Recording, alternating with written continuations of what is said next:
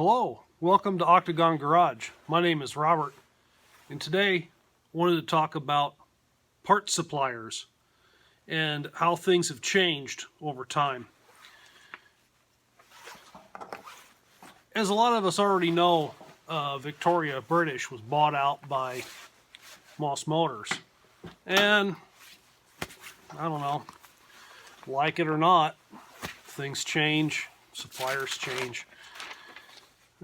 Love it or hate it. I don't know.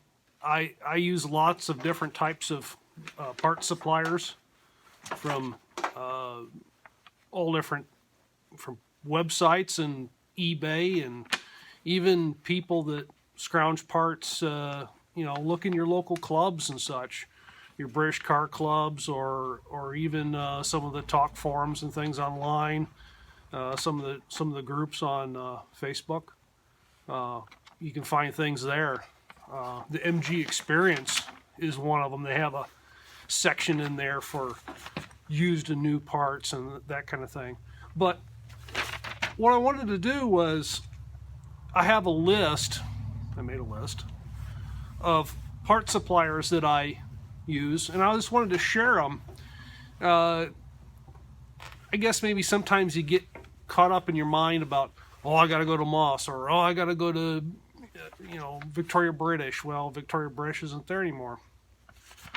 So, real quickly, here's some of the part suppliers, and I'll put the websites in the description box below.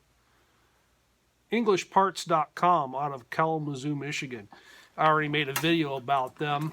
Kind of a, hey, good job, guys. They went above and beyond, for at least for me. I've dealt with them in the past for parts, and I will in the future. Moss Motors, of course, everyone pretty familiar with them.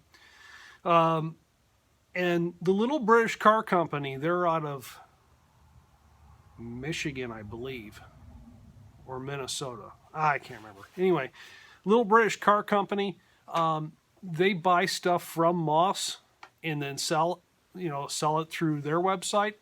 So when you order stuff, it's generally not in stock. They put an order in through Moss, and you can get parts from them. What's nice about that is they give you a discount, and they'll give you a little bit of a discount also on stuff that Moss Motors has on sale. So if you want a little bit more of a discount on that, you can do that also. Downside is, don't be in a hurry. It could take 2 weeks at least to get the stuff in, because they got to order it, and then it gets shipped to them, and then they rebox it, and it gets shipped to you. So if you're not in any hurry, you want to save a little coin, it's a good way to do it. Let's see. British Parts Northwest, they're out of Oregon. I've done business with them before in the past, and they've been very good. Things that are generally on back order, they get in pretty rapidly. The pistons for the brake calipers for the MGC came from them. So, being an upcoming video, hopefully here pretty soon. It's pretty cold in the shop, so work's been kind of limited. That, and you can see the shop needs severe cleaning and organizing. Anyway, Northwest Import Parts, and they are out of Oregon also. I think they're just down the road or next town over from British Parts Northwest. I've dealt with them in the past too. Have done business with them. Have no problems. Been a great company also. The Roadster factory, I've dealt with them also with parts, and had very good luck with them. All these places I've had really good luck with.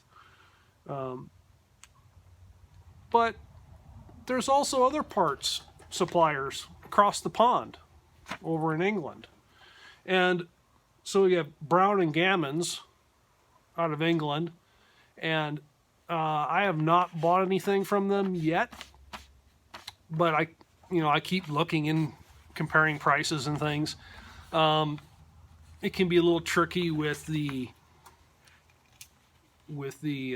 exchange rate and shipping, but sometimes they have things in that some of the suppliers here in the United States do not, and sometimes their prices are a little more competitive than what we have here. And also we have Rimmer Brothers out of the UK, and they have a very nice website, and you can also click your country of origin and it'll automatically do the calculation for you for exchange rates, which I think is pretty cool. So I've done some price comparison on parts, and I sent them an email about shipping to the United States, and they come right back to you pretty promptly about what the price for shipping would be. From what I understand, there's no duty from stuff being shipped from the UK if it's $800 or less.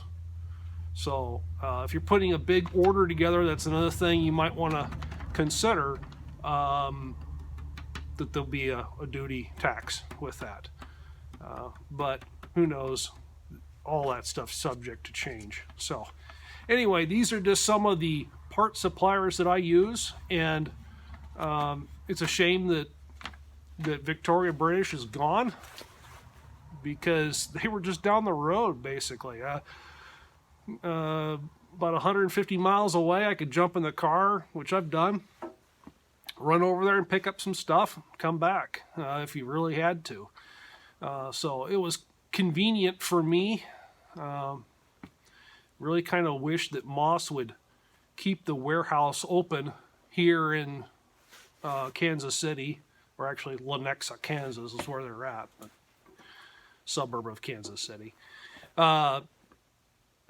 Geographically, it being in the Midwest, they've got a warehouse on the West Coast and they have one on the East Coast, so it'd be kind of nice to have one here still open. So I really hope that Long Garage owns, or used to own, Moss Motors, or not Moss Motors, but Victoria British, excuse me.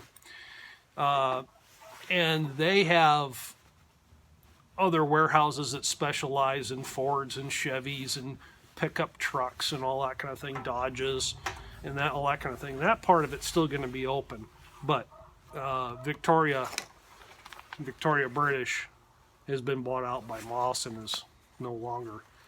So hope they didn't have to lay anyone off.